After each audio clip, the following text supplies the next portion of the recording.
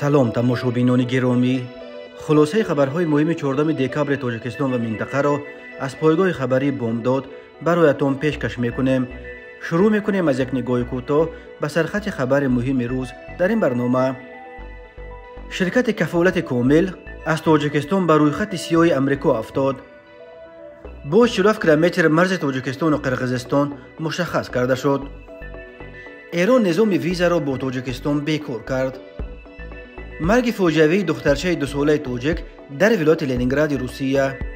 و اکنون تفصیلات خبرها. جمعیت دارای مسئولیت محدود کفالت کامل که سال 2018 در نوحه شامنصور شهر دوشنبه تأسیس یافته است، برای کمکش به پشت پا زدن تحریمات به ضد جنگ اوکراین بالای روسیه جاری شده بر روی خط سیاه امریکا افتاد. وزارت مالیه امریکا روز 13 دکبر سال 2023 در سامانه رسمیش تحت تحریم قرار دادن بیش از 150 نفر و شرکت و کارخانه‌های خبر داد که بعد جاری شدن تحریمات غربی داد و گرفت‌های خود را با روسیه ادامه دادند.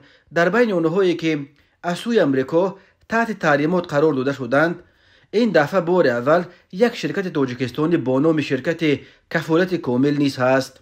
شرکتی که در تاجیکستان تأسیس یافته است، جمعیت دارای مسئولیت محدود کفالت کامل بر روسیه از طریق امارات متحده عرب قسم‌های احتیاطی هواپیما می‌فرستاده است. کفالت کامل بر اساس فرمان رقم 14024 همچون شرکتی که در ساحه هوایی و کیهانی روسیه کار می‌کند یا کار می‌کرد شناخته شده است.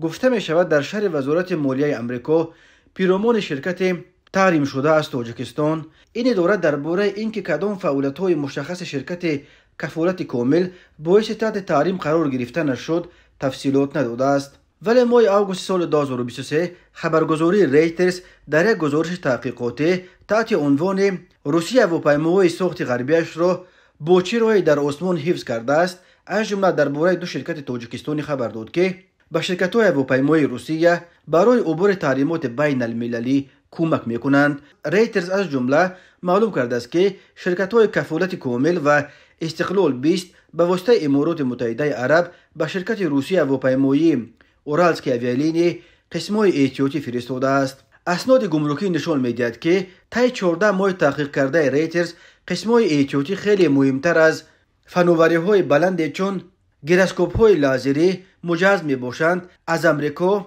به دست اورالسکی اویالینی رسانیده شدند. از جمله ماه ایول سال 2022 یک بخش این مال‌ها را به اورالسکی اویالینی توسط امارات متحده عرب شرکت استقلال 20 یک شرکت بیناکاری از تاجیکستان فرستاده است. بر اساس سندهای گمرکی ماه سپتامبر سال 2022 شرکت دیگر بیناکاری از تاجیکستان کفالت کامل نیز به واسطه امارات متحده عرب به روسیه قسم‌های احتیاطی فرستاده است. محمد بشیر یعقوبوف مدیر شرکت استقلال 20 به زنگ‌های تلفنی با درخواست شرح قضیه پاسخ نداد. خبرنگارهای ریترز نتوانستند با کامل جان یعقوبوف رهبر شرکت کفالت کامل هم تماس بگیرند. نوشته بود ریترز معلوم نیست که رهبران این 2 شرکت محمد بشیر و کامل جان یعقوبوف خویش و تبارند یا تنها هم نسبند. با گذشت قریب 4 ماه از نشر تحقیقات ریترز نه استقلال 20 نه کفالت کامل با چون در این گزارش نسبت به آنها صدا داده پاسخی ندادند. واکنش شرکت کفالت کامل و مقامات رسمی تاجیکستان با قرار وزارت مالیه امریکا در مورد تحت تحریم قرار دادن این شرکت تاجیکستانی تا حال نشر نشده است. این بار اول نیست که شرکت‌های تاجیکی و زادگان تاجیکستان به کمک به روسیه برای عبور تحریمات غربی ایفدار می‌شوند. روز 31 دکبر سال 2023 در شهر نیویورک امریکا 3 نفر شهروندان روسیه و کانادا نیکولای گالتسوف و کریستینا پوزیریووا و شهروند روسیه و تاجیکستان سلیم جان نصرالدینوف که در بروکلین زندگی میکرد با اتهام پشت پا زدن تحریمات به ضد روسیه جاری شده و صادرات غیر قانونی فناوری‌های نفت برای کارخانه‌های حربی روسیه از جمله به کارخانه‌های مربوط به وزارت مدافع آن کشور به مبلغ 10 میلیون دلار دستگیر شدند.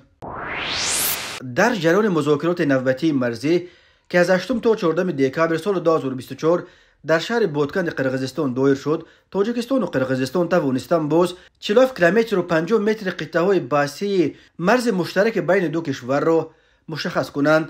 در این باره روز 14 دکامبر دیوان وزیران قرقیزستان خبر داد بنا به اطلاع رسمی طبق توافق از 8 تا 14 دکامبر در بودکند ملاقات نوبتی گروه‌های کاری خریطه‌سازی و گروه‌های کاری مسائل حقوقی هیئت‌های دولتی تاجیکستان و قرقیزستان اوید به تعیین و علامتگذاری مرز دو کشور برگزار شد. در این ملاقات گروه‌های خریطه‌ساز 47.05 کیلومتر مرز دولتی قرقیزستان و تاجیکستان را مشخص کردند.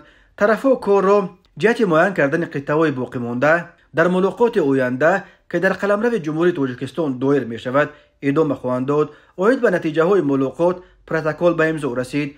گفته می شود در اطلاعیه همچنین تاکید شده است که ملاقات در فضای دوستی و حسن تفاهم گذشت. درباره اینکه تاجیکستان و قرقیزستان این دفعه بر اثر کدام قطعه‌های بحثی مرز به توافق رسیدند در اطلاع رسمی یگان تفصیلات داده نشده است. بعد چندین سال رکود در مذاکرات مسائل مرز دوشنبه و بشکک توانستند در مدت همگی 2.5 ماه آخر باز 112 کیلومتر مرزشان را مشخص کردند. جانب‌ها درباره علاقه معین شدن باز 90% خط مرز خبر دادند و پرزیدنت قرقیزستان صادر جباروف اظهار امیدواری کرده است که مذاکرات مسائل مرزی با تاجیکستان علاقه در بهار سال 2024 به انجام می‌رسد.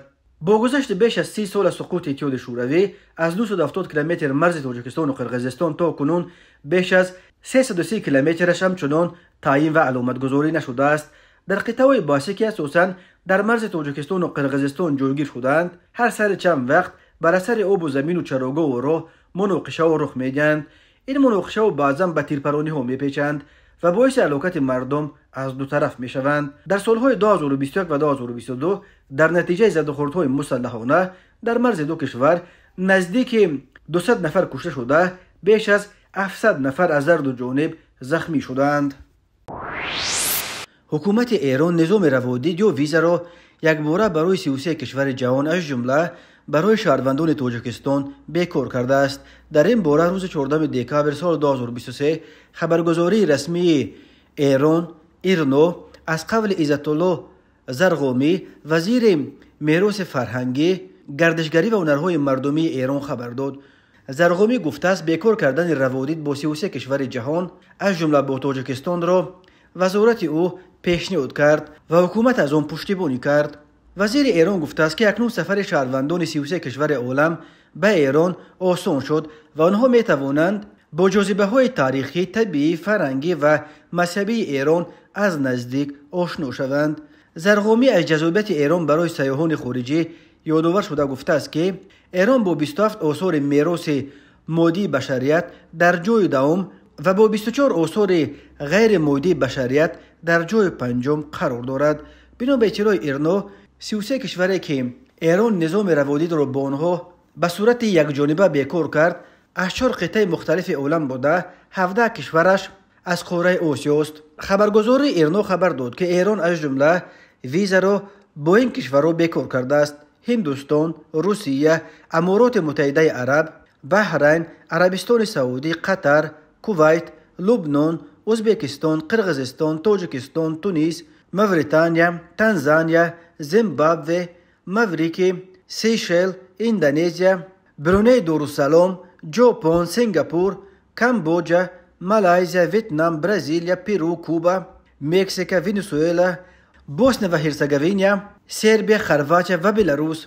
خبر عزم تاجیکستان و ایران برای لغو نظام روادید بین این دو کشور همزبان ماه نوامبر در جریان بازدید رسمی رئیس جمهور ایران ابراهیم رئیسی از دوشنبه رسانه‌ای شد. در جریان آن سفر دوشنبه و تهران یادداشت تفاهم درباره بیکار کردن ویزا را امضا کردند. اکنون نوبت تاجیکستان است که ویزاش برای شهروندان ایران را بیکار کند.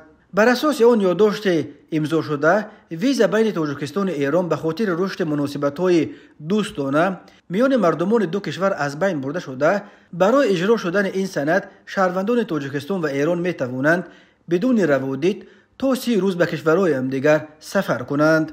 بیکار شدن نظام روادید بین تاجیکستان و ایران یک نمونه آبشوی یخو در روابط این دو کشور همزبان بعد چندین سال تنش‌های میماند که این تنش‌ها را حتی به جنگ سرد شباهت می‌دادند. تماشابینان عزیز، یادآور می‌شویم خلاصه مهمترین اخبار تاجیکستان را از پایگاه خبری بامداد تماشا دارید. برنامه را ادامه می‌دهیم. دخترچه 2 ساله یک عائله زادگان تاجیکستان شام 13 دکامبر سال 2023 در شهر پریازیورسک ولایت لنینگراد روسیه بر اثر یک حادثه ناخوش جان داده است. نشریه‌های محلی از جمله فانتانگ خبر دادند که فوجیه در یک منزل در کوچه کلین وقتی رخ داد که این کودک همراه برادر 3 سالش بازی میکرد. وقتی بازی کودکان تنبه‌ای که در بالایش تلویزیون بود همراه تلویزیون به بالای سر دخترچه چپه شده است. بنا به اطلاع پیتر تیوی کودک در جای حادثه به هلاکت رسیده است. درباره آسیب دیدن یا ندیدن پسرچه این خاندان در خبرها چیزی گفته نشده است. جسد دخترچه هلاک شده را برای تشخیص به مرگ بردند. تفتیش حادثه ادامه دارد. عائله‌ای که دخترشان به چنین صورت فاجعه‌ای غارمرگ شد عائله پوره و سالم به شمار می‌رفت و در قید بخش نابالغان قرار نداشت.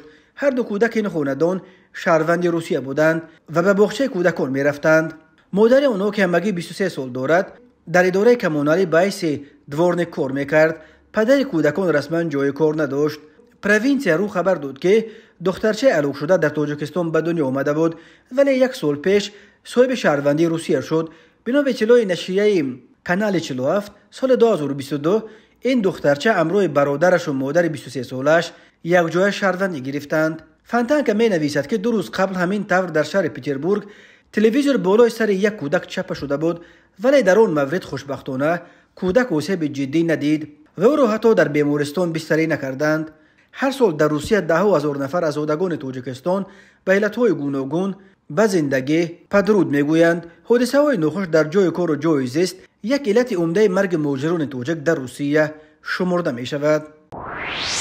کمیته حالتهای فوق‌العاده تاجیکستان روز 14 دکامبر سال 2023 خبر داد که بارشات پرشدت در قلمرو کشور سبب آفت‌های طبیعی شد ولی خوشبختانه کسی آسیب ندیده است. چنانچه روز 13 دکامبر تقریبا ساعت 11:00 در کیلومتر 39 راه ماشینگرد لبیجار در حدود دهه روبودنول جماعت دیهات چیلدره نویه سنگوار یا سابق طویلدره در وادی رشت سیل آمده است. برای برطرف کردن علت بم میان آمده کارمندان و تکنیک مخصوص وزارت نقلیات جلب گردیده ساعت 15:07 راه از سیل واره‌ها تازه کرده شد. حرکت نقلیات به هر دو سمت برقرار کرده شد. کمیته حالتهای فوق‌العاده گفت این سیل تلفات جانی و خسارات دیگر نداشت. همین طور روز 13 دکامبر سال 2023 ساعت 12:25 در کیلومتر 19 راه ماشینگرد عینی پنجکند در حدود دهه نوودونک جماعت دیهات در نویه عینی ریزش سنگ به عمل آمده سبب قطع گردیدن حرکت نقلیات شد. برای برطرف نمودن علت به عمل آمده کارمندان و تکنیکی خدمات راه وزارت نقلیات جلب شد و ساعت 15:50 راه از سنگ و ریگ تازه کرده شده ماشین‌ها به 2 سمت به حرکت در آمدند. کمیته گفت خوشبختانه این حادثه نیز تلفات جانی و خسارات دیگر نداشت. به شعبه وزارت کارهای داخله در نویه اسماعیلی سامانی با عریضه مرد 32 ساله ساکن نویه مذکور مراجعت نموده است که 21 اکتبر سال 2023 هنگام در کوچه رودکی قرار داشتنش شخصان نامعلوم با بهانه زنگ زدن از او تلفن موبایلش را گرفته به طریق پنهانی از کارت دوشنبه سیتی 3214 سامانی را دزدیده از جای حادثه غیب زدند. در نتیجه گذراندن چهاربینی اپراتیوی جستجویی از جانب کارمندان میلیسیا نابالغ 17 ساله ساکن شهر ایسار که پیش با ماده 252 کودکس جنایتی جمهوری تاجیکستان سود شده است همچون گمانبر در صادر نمودن جنایت دزدی دستگیر کرده شد. این چنین ضمن برگزار نمودن چهاربینی اپراتیوی جستجویی از جانب کارمندان میلیسیا معین کرده شد که جوان 19 ساله ساکن نویه باباجان غفوروف که پیش با ماده 244 قسم 2 سود شده است شب 11 و 12 دکامبر سال 2023 تخمینا ساعت 02:00 به طریق پنهانی به منزل استقامتی مرد 44 ساله ساکن شهر بوستون در آمده از آنجا 2 عدد دوچرخه اسکوتر را دزدیده از جای حادثه غیب زده است. ضرر رسانی شده 7000 سامانی را تشکیل می‌دهد. اوید به این حادثه پرونده جنایتی با ماده 244 قسم 2 کودکس جنایتی جمهوری تاجیکستان آغاز کرده شده تفتیشات ادامه دارد. ضمن برگزار نمودن چهاربینی اپراتیوی جستجویی از جانب کارمندان میلیسیا جوان 20 ساله ساکن نویه اشت با گمان معاملات غیر قانونی با مواد پیراتکنیکی دستگیر کرده شد. هنگام گفتگو شخصی از داخل جزدانش 20 قوطی مواد پیراتکنیکی نمود ترینیا دریافت و گرفته شد. نسبت به گمان شونده برای آغاز پرونده جنایتی با ماده 199 الوه 1 کودکس جنایتی جمهوری تاجیکستان چاره‌ها اندیشیده شده ایستادند. تماشابینان عزیز و گرامی، این بود مرور به خلاصه چند خبر مهم امروز تاجیکستان. خبر و گزارش‌های بیشتر از تاجیکستان و درباره تاجیکستان و اطراف آن را در سامانه پایگاه خبری بامداد در این نشانه پیگیری نمایید: www.bomdad.com. خوش باشید.